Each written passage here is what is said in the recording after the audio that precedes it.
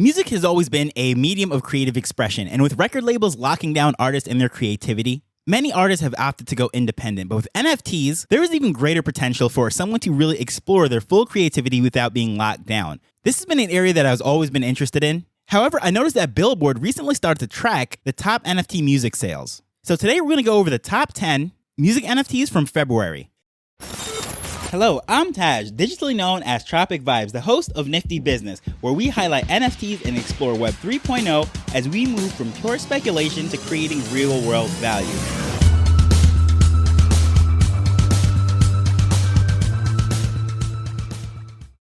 Now, I must say that Billboard is tracking a very Ethereum-heavy list. However, it's pretty exciting that Billboard has started tracking the top 10 music NFTs for the month. And what's even more interesting, there's a wide array of genres. This is not just one particular sector, like, say, hip-hop, who's used to having mixtapes and what have you, but literally everything is covered. We have country, hip-hop, electro, rock, pop, you name it. So number 1 is Rihanna, Better Have My Money. Now, this is an interesting one because this was actually not released directly by Rihanna. This was released by one of the producers. And the whole utility for this was that producer's share of royalties from streaming would be put into a pot and shared up amongst all these people that own the NFT. So that stirred a little bit of controversy in itself because, of course, this wasn't Rihanna putting this out, and it was put out right ahead of the Super Bowl.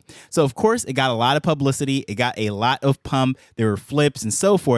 And when you do the math, actually the percentage of share that the royalties generate for that individual, that producer, the people that are actually buying this thing and getting into this is obviously not for the return on investment as far as holding that, because the streaming royalties aren't going to pay this thing off very quickly. However, just the nostalgia of that song, of course, if they're a big Rihanna fan, she is a worldwide superstar. So people that are buying into this are probably not buying this for mathematical reasons. However, it is very popular and it was number 1. Number 2 is Violetta Zeroni. She had her second drop, and I covered her as far as speaking about the moonshots. This was something that came out, and this is her second drop called Another Life. It's an EP, and it sold out. It did very well. 5,500 of these sold. And although she has been making music for a long time, at this point, we pretty much claim her as a Web3 native.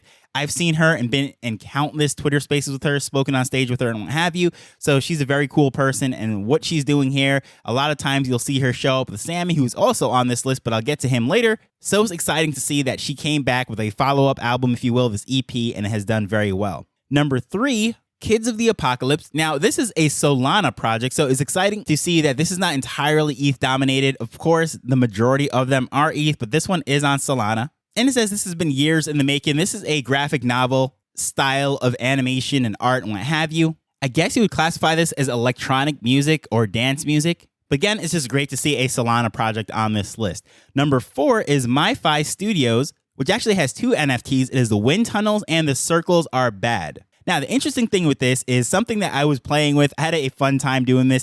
They actually are interactive NFTs. You can actually go on them, and Wind Tunnels is a series of songs playing over a wind rushing sound. However, as you move the mouse around on the NFT, if you go to the marketplace on OpenSea, depending where you have the mouse within the image, you can definitely see that the volume goes up and down, and it also speeds up. So I was playing around with this. I'm not exactly sure if we'll do the exact same thing with mobile. I didn't test that before I started recording this, but I was doing this on a computer.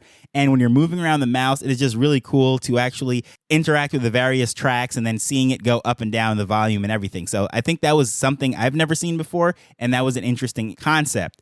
Then the second one that they also had, which is in this, is Circles Are Bad. This is another interactive one. You can go right there on the marketplace, and it's basically a beat machine. You pick the instruments and the sounds that you want, and then you click on that grid to see when the actual patterns are. So if you're interested in seeing either of these interacting, I'm going to release a screenshot of me playing with these. I called it window shopping on OpenSea. I'm going to put it on my Twitter feed. So along with this article, I'll be sure to link that video, the tweet for that, so you can check it out. It was really fun to play with. Number 5 is the Shilly Access Pass, again on Ethereum. This is kind of interesting because this was incubated by Warner Music NFT. Of course, these big record labels, they have to try to get into this and what have you. So, of course, they partnered with the apes, right? It just makes sense. But this Music Pass is going to give access to its holders to future drops and so forth, and gives the holders the opportunity to work on music with Shilly. So that could be very interesting. Number 6 is another Bored Ape collaboration. Now, this one is kind of interesting. This is the Spotify Playlist Pass, the Kingship Pass, and this is, again, in collaboration with Basie.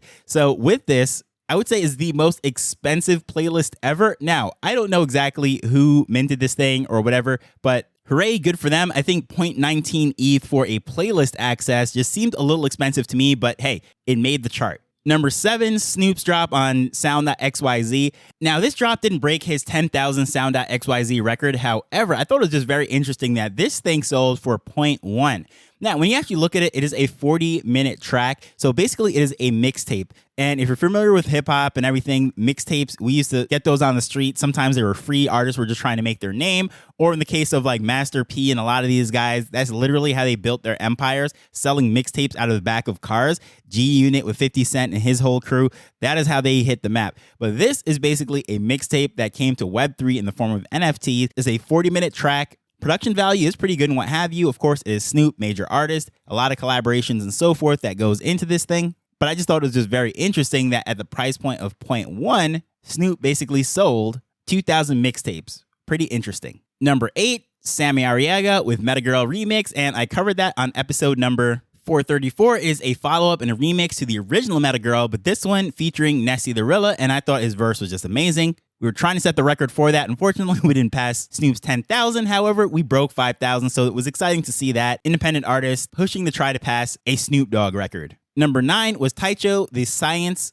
of Patterns. I'm not exactly familiar with this one, but is an electronic producer. This EP actually came out 20 years ago, so I guess it was repurposed and packaged as an NFT and re-released, so that's kind of interesting to see. And rounding out the top 10 is WVRPS Sound, which I gotta say looks pretty cool. It is generative art. The characters and everything actually looks like a PFP that I would rock. I love the colors, the bright flashiness, very tropical vibes. But also what was interesting is this music is also generative. So this is probably one that I might even just dive into separately on a separate episode because I just think it's just very cool the fact that it was generative art and also generative music. And it's like how it looks. I'm gonna have to dive a little bit more into that, research that one.